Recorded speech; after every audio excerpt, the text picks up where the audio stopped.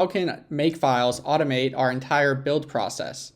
Since we just learned in the last video of our CS50++ what the GCC compiler is and the steps it undertakes, we now want to look at not just that, but just building the program as a whole.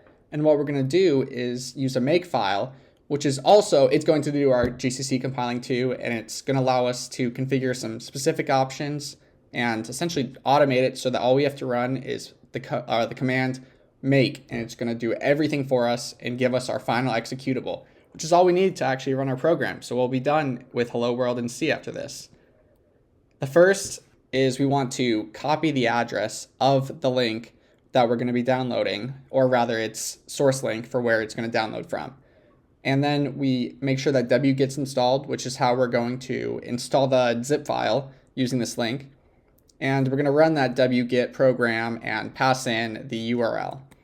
It'll download our zip file, and you'll see that it's specifically saved to this v1103.zip.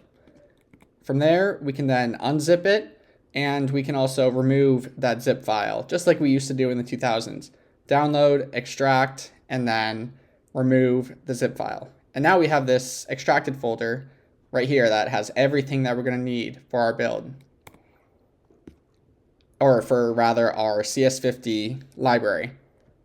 We then want to look inside of this library that we just talked about, and we're going to see that it has a makefile, which is what we're making ourselves. And we're actually using their makefile to perform our install and have everything set up properly.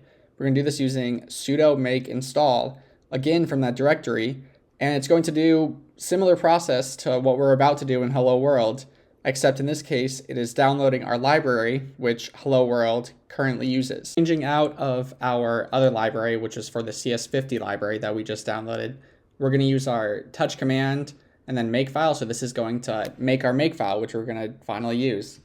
In the makefile, the first couple of lines, this CC is setting the compiler to use, which is the GCC that we talked about earlier. And then we also